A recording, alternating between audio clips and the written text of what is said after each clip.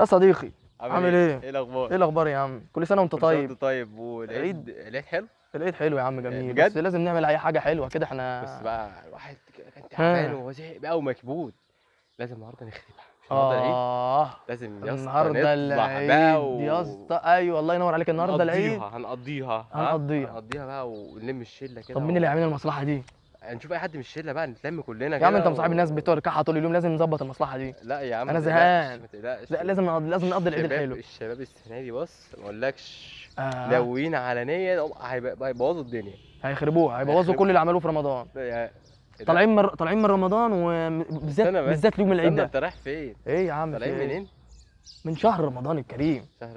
شهر رمضان. اه يا عم. إيه ده احنا كنا في رمضان صح؟ اه يا عم، في رمضان وعايزين يخربوها احنا كنا ويضيعوا كل حاجه. بنصلي وبنصوم اه في الله رمضان عمالين بقى في وليلة رمضان. 27 انت مش فاكر الناس كانت بتعيط قد ايه وما شاء الله لا، وطول متأثرين. اليوم قراءة قرآن بقى وصلاة ويا رب ويا اغفر وارحم. سلام.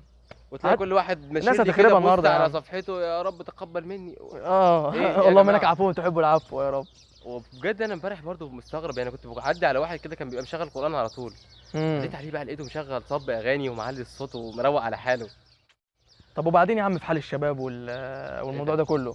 بجد يعني. انت شايف إيه يا عم الشيخ سعيد، بما انك ما شاء الله راجل ازهري وعارف وحافظ كتاب ربنا، وعندك طبعا علم وثقافة بالدين والفقه، تنصح كده ايه؟ عايزين يعني بص يا صديقي، رسالة وكلمتين حلوين للشباب بص يا لوجه صديقي، الله. احنا دايما اتفضل. دايما كل واحد فينا لازم في حياته. امم. النبي صلى الله عليه وسلم علمنا ايه؟ صلى الله عليه وسلم. ان الموت اقرب لاحدكم من شراك نعله، اقرب ليك من النعل اللي انت لابسه في رجليك. طب في صحيح. اي لحظه ممكن الموت يجيلك. فانت دلوقتي يعني النبي صلى الله عليه وسلم لما كان بيقول لنا ايه، يعني عليه ان الصلاة ربنا والسلام. سبحانه وتعالى لما بيريد بحد خير، صحيح. بيحب حد، بيوفقه لعمل صالح ويقبض روحه عليه. عشان كده دايما صحيح. بندعي ربنا في حسن الخاتمه.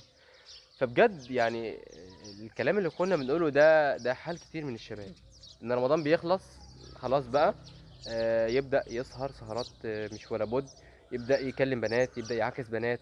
يعني دايما احنا لازم امم. يكون رمضان لنا دفعة للبداية، دفعة صحيح. للأمام، مش ان الله احنا يفتح عليك. لا خلاص رمضان خلص.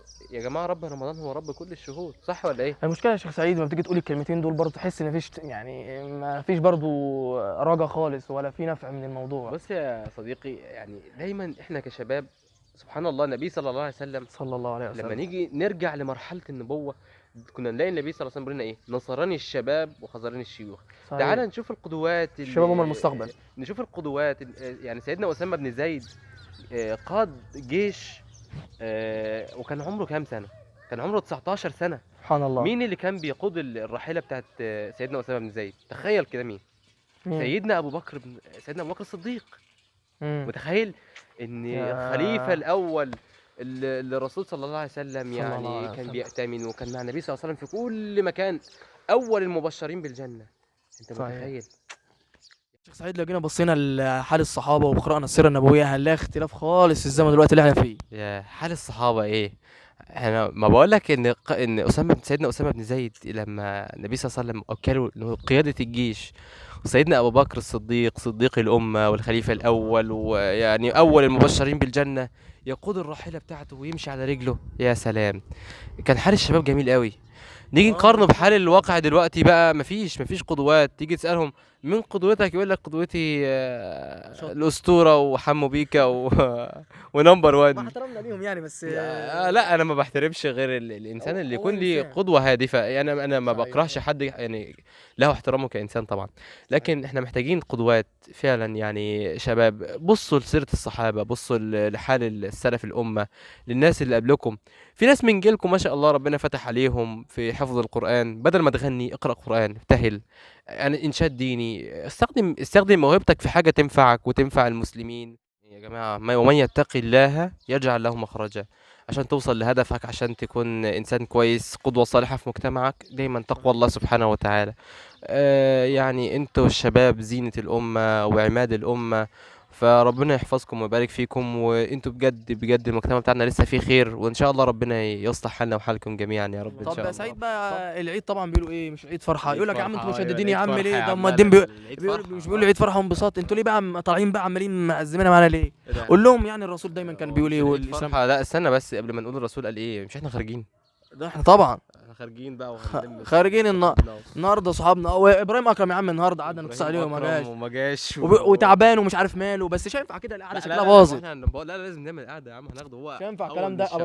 ابراهيم يا اكرم مفتوح، قريه الكوادي اشمون منوفيه، هنقعد ايوه النهارده ونعمل قعده حلوه، انا بقول لك اهو. ايوه بقى، وتشوف الشباب بقى كلهم الشباب الجميل. طبعا هنقعد والله وتبقى قعده جميله.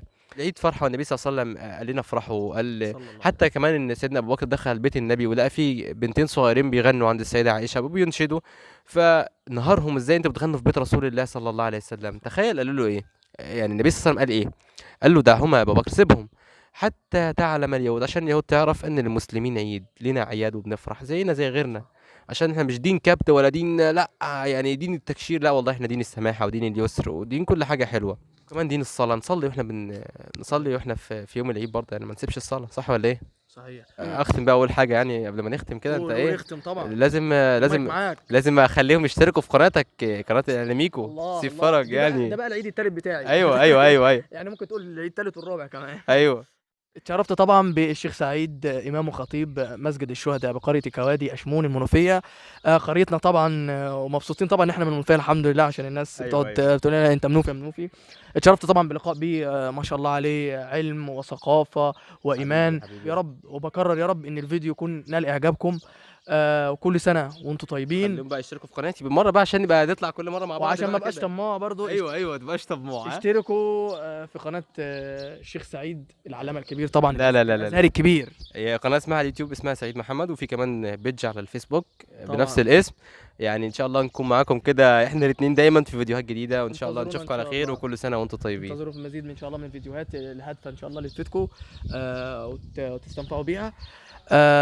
كل عام وانتم بخير، كل عام وانتم الى الله اقرب، كل عام وانتم سعداء اتقياء بقلوب بيضاء. دمتم في امان الله ورعايته، والسلام عليكم ورحمه الله وبركاته.